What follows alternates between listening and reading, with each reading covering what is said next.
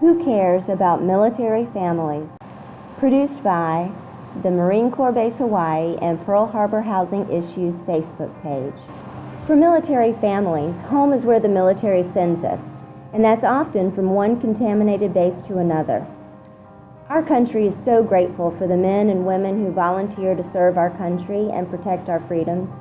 These young men and women routinely risk their lives to defend our country and support those in need. Fortunately, they are well trained and prepared to take on these hostile challenges. But did you know their families are often put directly in harm's way too? Tragically, their spouses and children are not trained, prepared, or even informed about the dangers they inevitably face while living in military or privatized family housing on federal lands. Unbeknownst to most, many military families are assigned to lease and live in highly contaminated homes and neighborhoods on military bases or other federal lands in the vicinity of their assigned duty station. Without warning or disclosure about the unsafe levels of extremely hazardous chemicals and carcinogens in and around their assigned homes, military spouses often fight their own battles against these invisible terrorists invading their homes and bodies. While service members are deployed abroad to combat, fighting for our country and freedoms, their spouses are often back home fighting these invisible and undisclosed enemies for their lives and for the lives of their babies and children. These stealthy terrorists are the undisclosed and extremely hazardous chemicals and carcinogens military families are exposed to in and around their homes, neighborhoods, playgrounds, and parks. They cause them, their babies, children, and even their pets to develop chronic illnesses, diseases, behavioral disorders, and worse. The pervasive nature of many of these undisclosed and extremely hazardous chemicals and carcinogens in many military and privatized housing neighborhoods is unforgiving. They are often in the air families breathe, the water they drink and bathe in, the soil they play and garden in, and worst of all, they're in much higher concentrations inside their homes, in indoor air and house dust.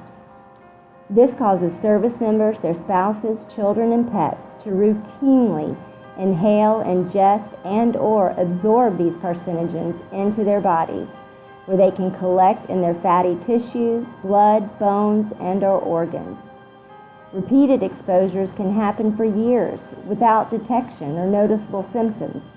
Yet chronic, low-level exposure while living in contaminated neighborhoods for years at a time can be just as bad, if not worse than, a single potentially fatal acute exposure. This is because some of the confirmed contaminants in the air, soil, dust, and water in these homes and neighborhoods are fat-soluble, meaning they migrate toward and collect in our fatty tissues and are not easily excreted. Every time we inhale, accidentally ingest, and/or absorb them into our bodies through skin contact, the amount of these carcinogens in our bodies increases and can eventually lead to toxic accumulations that remain in our bodies for years or even decades. Years of chronic, low-level, and even undetected exposures can cause toxic levels to accumulate that can cause cancer and/or many other diseases to develop years or even decades after we've moved away from the contaminated neighborhood.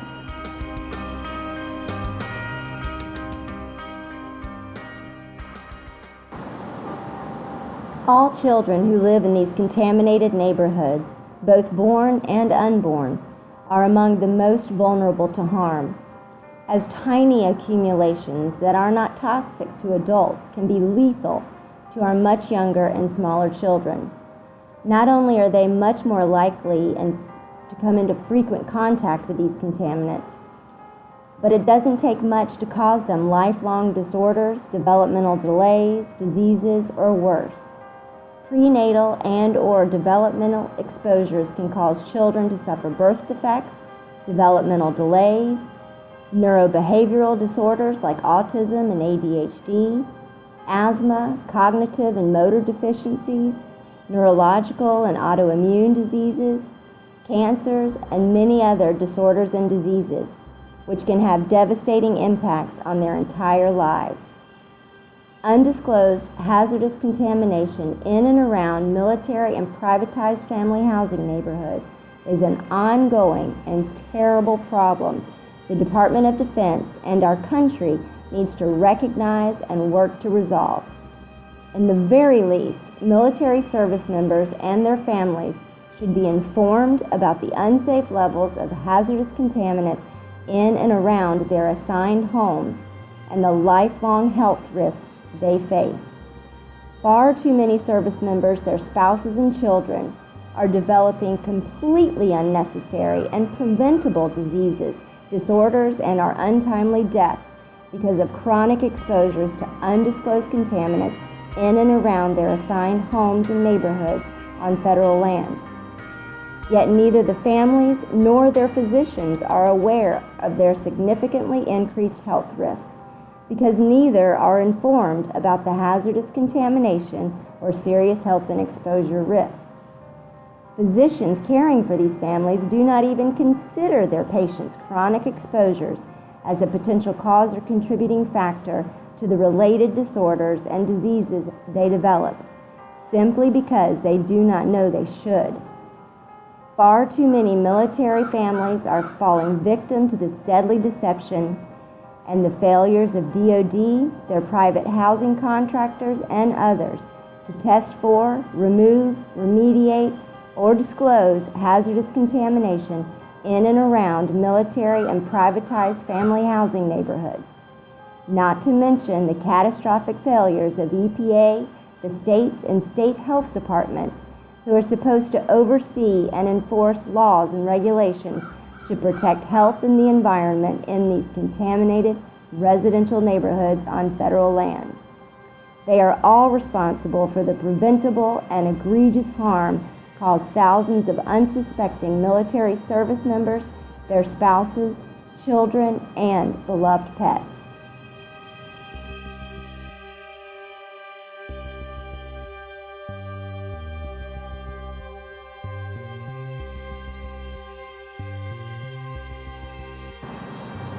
If you would like to learn more about the specific contaminants, what caused the contamination, or why it has not been removed, remediated, or disclosed, please visit and join the discussions on the MCBH and Pearl Harbor Housing Issues Facebook page. In the coming months, we will post more videos sharing detailed accounts and overwhelming evidence about this ongoing atrocity. If you're outraged and want to advocate for your family and or the tens of thousands of other military families deceived and harmed, please let us know on the MCBH and Pearl Harbor Housing Issues Facebook page. We would really like to hear from you.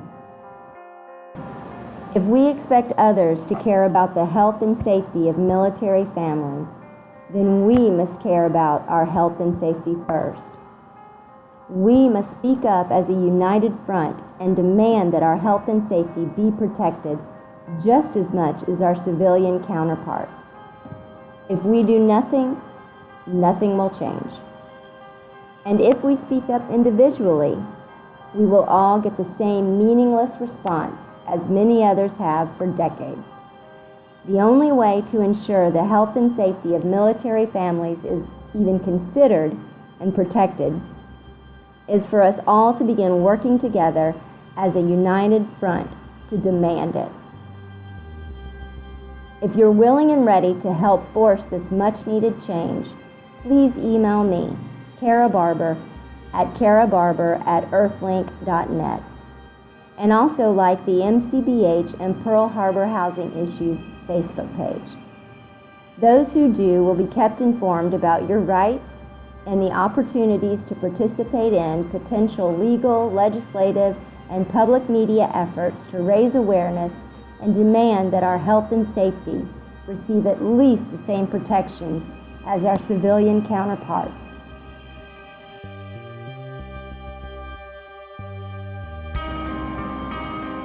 In the meantime, please start raising awareness among your friends and family by sharing this video and informing others on Facebook and other social media platforms. The more who learn the truth, the better. It's also important to inform your congressional delegates and the other relevant authorities shown here by calling, emailing, and/or writing them today. We thank you for your time, interest, and support. Mahalo.